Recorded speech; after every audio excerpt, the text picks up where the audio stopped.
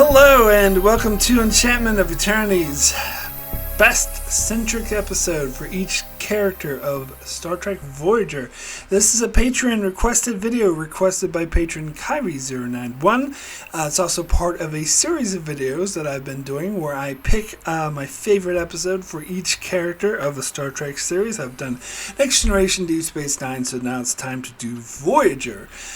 I will go through the list of main characters and supporting characters and choose my pick for my favorite episodes that features said character. Pretty self-explanatory. Now, Kyrie091, who requested this video, in fact created a series of videos, sent me his list of which episodes he would choose for each character, so I'll go ahead and give him a shout out before I do each character. So let me start with Captain Janeway, of course, the captain. Gotta start with her. And Kyrie091's pick for Janeway is Workforce, and that is a good two-parter. I do like that. I think that was a good two-parter for Janeway in particular because it shows what she would be like if she was a different person and her memories were erased and didn't know who she was, and how she makes a romance with this guy and then has to abandon it at the end. It's kind of tragic. So I do really like that episode as well. However, my mind, there were so many good Janeway episodes too, and that's something Kyrie091 also brought up. But my mind went in a different direction. I was thinking maybe Counterpoint, because that's the episode that showed her being very clever and also featured a romance, and this time their romance, who they did love each other but also tried to sort of outwit and trick each other and manipulate each other at the same time. Very dynamic episode. However, I went with my ultimate pick for Janeway is going to be Year of Hell. Not only is this my favorite episode of Voyager, but it also, I think, showcased Janeway a lot. Now, my pick for best Centric episode doesn't necessarily have to be the character at their best, because Janeway is not always at her best in this episode, but that's what makes it so good. That's what makes it interesting, particularly when she threatens to deactivate the doctor's program because he had threatened to relieve her of duty. And she was, and the reason why he threatened to relieve her of duty is because she was risking her life and taking unnecessary risk and going the extra mile and disregarding her own safety in order to safeguard the ship and her crew. And that really shows what kind of captain that she is. And what I love about this episode, that it shows the crew of what they would do if they were at their worst. If things were as bad as they get, the ship was falling apart, the crew's safety is always in question, and it really shows what lengths Janeway would go to, and eventually she has to go down with her ship. When she knows the Voyager won't survive, she insists on going down with her, and of course she ends up sacrificing herself to restore the timeline. So I do think this is the best Janeway episode. So next we'll get to Chote, and Kyrie091's pick for Chote is Shattered, which is a good episode, strong episode. It's, I think, something like this should have been the finale because it pays homage to the show that comes before it. But I actually decided to go, and again, in a different direction. My pick for Chote was Nemesis, because I fathom the menaces with my glimpses. Anyway, I love this episode, and this is a very mixed episode. I understand some people can't get over the weird language. I heard this review recently where someone said, "Oh, the writer of this episode was so pleased with himself because he bought a thesaurus." But I think this is a very good character story for Chote. First of all, it's probably the best utilization of Chote, which is something the later seasons didn't do. They didn't utilize Chote very well. And I've learned recently this had something to do with the sort of feud or dispute between Robert Beltram and the writers, particularly Brennan Braga, who became the showrunner in the later seasons. But anyway, I felt like Chote was utilized very well because with his guerrilla background, being a Maquis fighter and having to deal with a group of freedom fighters in which you sympathize. And I think this episode does something amazing where it gets you to sympathize with these people, and then, spoilers, pulls the wool over your eyes and reveals that they're actually manipulating Chote and indoctrinating him. And so I think this episode, propaganda and the use of propaganda is one of my favorite topics, one of my most interesting topics that I studied in college. And I think this is a really, really good story that makes strong commentary about propaganda where things may not appear as they really are, and also propaganda about demonizing your enemy. How government propaganda will often demonize enemies as less than human or as monsters, and it actually portrays this by tricking the audience first of all, which I love. So, always one of my favorite episodes. I think easily the best Chote episode. So next we'll get to Tuvok, and Kyrie091's pick for Tuvok is Riddles, and I almost went with Riddles too. I think that's a really good Tuvok episode. Easily the best Tuvok and Neelix episode. Not even, and way better than another piece of shit episode that also featured Tuvok and Neelix, because in this case, it shows Tuvok becoming a different person and not wanting to go back to the person he was, and they treat it exactly like they should. Anyway, but that's not the episode I ultimately went with. I ultimately decided to go with Gravity. Now, I am not entirely sure which episode I like better, Gravity or Riddles, but I think Gravity is the better Tuvok episode because it has those flashbacks to Tuvok's childhood and then relates it to the modern day setting where he's trapped on the planet with Tuvok and this other woman who falls in love with him, but he doesn't return her affections, and then it goes back to, has flashbacks when he was a teenager and he was in love with another girl who didn't return his affections, and how he broke all logic and the Vulcan dictates and started becoming very emotional about the whole thing. And it's about how he's sort of conquered his emotions since then. And the ending of the episode is absolutely beautiful when he mind melds with her, and she says, I understand. And because this is probably one of the best stories I've seen that tackles unrequited love in a very sort of intellectual and sort of balanced way. So yeah, and it definitely explores Tuvok's character. So I got to pick that as my favorite Tuvok episode. So next is a Tom Paris, and Kyrie091's pick for Tom Paris is 30 Days. Now I gotta be honest, I was looking at all the Paris-centric episodes, and I don't like any of them. Tom Paris is historically not one of my favorite characters. In fact, I think I had him in my worst character list, although I don't hate him that badly, nowhere near as, like, say, Tucker, for example.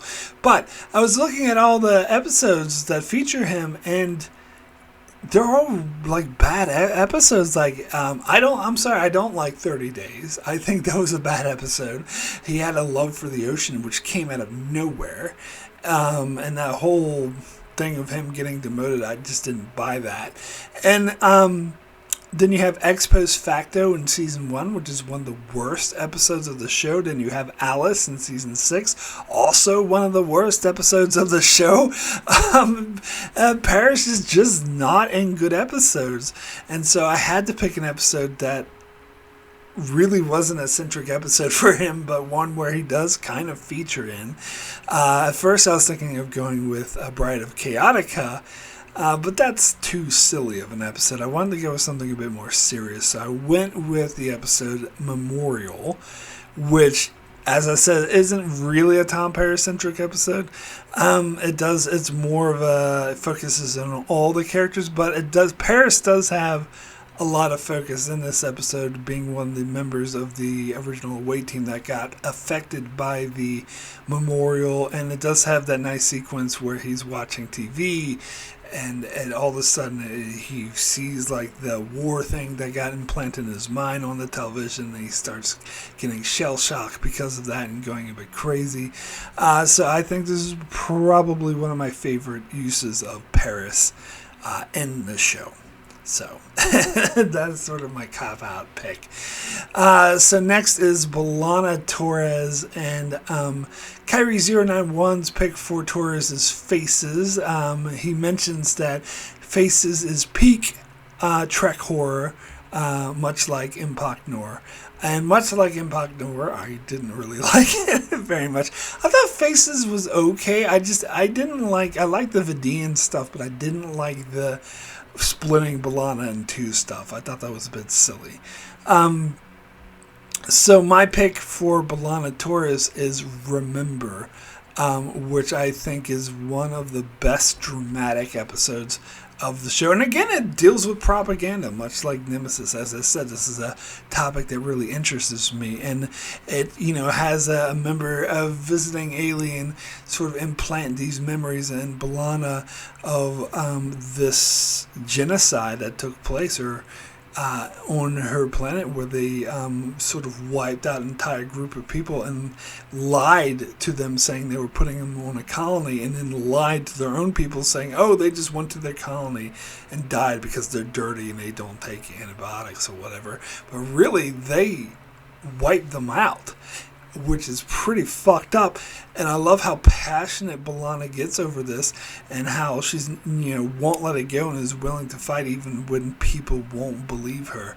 I thought it was a very powerful episode and a very powerful use of Balana Torres. So next is Harry Kim, and where Kyrie091 picks the episode Timeless, and that, of course, is also what I'm going to have to pick. I almost went with Warhead on this one because I love Warhead, and I think that's a really good use of Harry Kim. However, Timeless is easily the best use of Harry Kim. It's one of the best episodes of the entire show, and the showing a future version of Harry Kim who was burdened with over 15 years of the guilt of having killed his crew, his family on Voyager, and really willing to risk his life in order to correct the wrong, and seeing the triumph when he finally does succeed. It's very powerful episode, easily the best use of Harry Kim. So next we'll get to the Doctor, who I still say should have had a name. Kyrie091 also talks about how it was damn near impossible to choose an episode for the Doctor. I found it quite hard myself as well. Kyrie091 went with Tinker Tenure Doctor Spy, which is a hilarious episode, so I do see where he's coming from with that one. But however, my mind sort of went to a different place. I was stuck between two episodes. I nearly went with Life Signs, which I think was a great sort of romantic episode, and the first episode that really explored the Doctor's humanity, for lack of a better term. However, ultimately I had to go with Living Witness, because it's just an amazing episode. It's just a powerful episode, and it shows, again, the Doctor goes through his own character journey in this episode. As at first, this is really a backup Doctor, so maybe I should have went with Life Signs because it's not the real Doctor. But anyway, regardless of the gimmick of the episode, it was a great episode for the Doctor, because he starts the episode just wanting to prove Voyager's innocence, wanting to prove that the Voyager aren't monsters and they didn't do anything wrong, but then seeing how it's destroying this society, and if it benefits the society better, then he doesn't care. He's like, I've been too selfish and too worried about my own feelings. I didn't think about what this whole world was going through. But then the historian convinced him that, look, history has been abused and we need to set the record straight by being honest, not by being dishonest. And how they work together to solve the problems of the society. It was very touching, very powerful use of the Doctor, even if it wasn't the real Doctor. It was still an amazing Doctor episode. So now I'm starting to think I should have went with Life Science, but that's my runner-up. My pick for the Doctor is A Living Witness. So next is Neelix, and Kyrie091's pick for Neelix is Detrell. And that is also my pick for Neelix, Detrell. This is kind of a no-brainer. This is easily the best Neelix episode. And Neelix wasn't a very good character, especially in later seasons. They kind of made him this annoying goofball. Detrell is the one episode that he comes off as a dynamic character who is, suffering from his own tragic backstory. It makes kind of an Oppenheimer analogy with this scientist, again played by one of the best guest actors to be on Star Trek, James Sloyan, who also was in The Defector and played Morpole in Deep Space Nine. And here he plays Detrell, and again does an amazing job. He's so good whenever he's on Star Trek, and has the Oppenheimer figure who is expressing regret for creating this weapon of mass destruction that was used against Neelix's family. But then we find out that Neelix is hiding his own demons, that he was a pacifist who refused to fight in the war, and how he feels guilt over that, and he's projecting that guilt onto Detrell. And so when he's able to forgive Detrell right before he dies was simply amazing. It was so heartfelt, so touching. So yeah, that's easily the best Neelix episode. So next is 7 of 9, and Kyrie091 chooses Body and Soul, which I think he mentions that she did a really good performance in that episode, and I agree. She did. Jerry Ryan's a great actress, but I didn't really like that episode. If I'm being honest, I didn't think it was that good. For me, with 7 of 9, this was also a really hard pick. I was thinking maybe The Raven, or maybe Survival Instincts, or maybe even Prey. Were all really good 7 of 9 episodes, but ultimately I have to go with Drone. One of my favorite Voyager episodes. Is one of the best tearjerkers in the Star Trek franchise, in my opinion. It's a very good 7 of 9 story, because it starts with her exploring emotions, her practicing smiling in the mirror, and then bookends with her looking in the mirror unable to smile because she had just went through this ordeal where she had this son-like figure, where she was a surrogate mother to this 29th century drone, and how he sacrificed himself to save her when she begged him not to, and it really broke her. Like, such a powerful story. So yeah, I would have to go with Drone for my pick for 7 of 9. So next is Kess, and Kyrie091 picks The Gift for Kess, and I think The Gift is a pretty good episode. I don't know, it's only half of a Kess episode though. So I went with Persistence of Vision. Even though this episode starts out not really being a Kess episode, and is more of, it has Janeway and her stupid Victorian era holodeck program, but then it turns into something really weird and creepy. If you want to talk about a good horror episode, I would go with Persistence of Vision. I think this is one of the creepiest episodes of the show.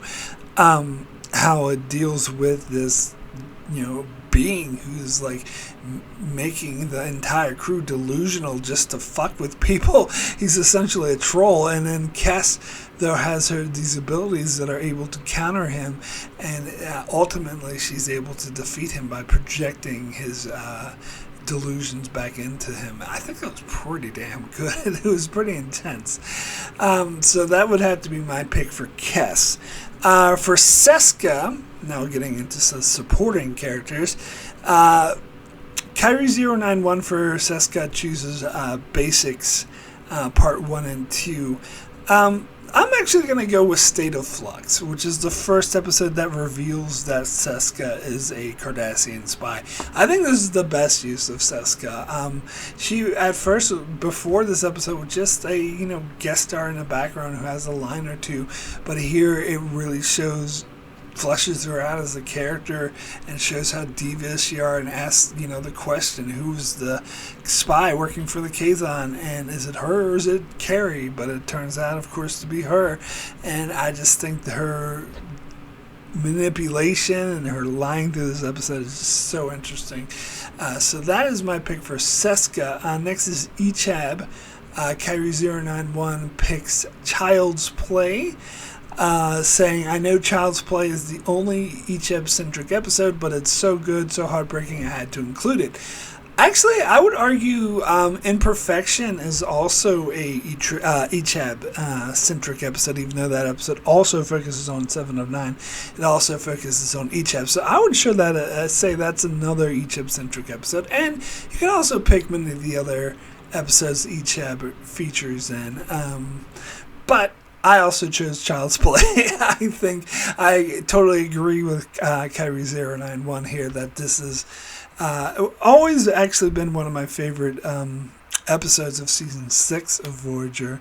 How it shows Ichab having to readjust to life back as his parents, but then learning that his parents sort of used him as a bomb to kill the Borg, and they're trying to do the same thing again at his own expense, and his real surrogate mother, 7 of 9, has to step in and save him, really showing that sometimes your genetic parents, your birth parents, are dicks, and sometimes your adoptive parents are better and care more for you. And so I thought that was a very good episode for Ichab. And then finally, I'll get to Naomi Wildman, who Kyrie091 didn't pick an episode for, but I did, and my pick is not Once Upon a Time, because that episode sucks. My pick is Bliss, even though not necessarily a Naomi Wildman-centric episode, but she does feature very heavily in this episode, as she and 7 of 9 are the only two on the ship that aren't trapped by the delusion that they're returning to the Alpha Quadrant, and really they're being eaten by this monster. And I think she's used very well in this episode, a decent episode as well. So those are my picks for best centric episode for each character of Star Trek Voyager. Thank you so much for watching this video. Be sure to check out my channel as I continue to cover Star Trek, at the moment covering Season 3 of Star Trek Next Generation, and I also do many more videos of many other Star Trek material as well, and many other shows as well. So be sure to subscribe so you can keep up with all of that. And thanks a lot for watching.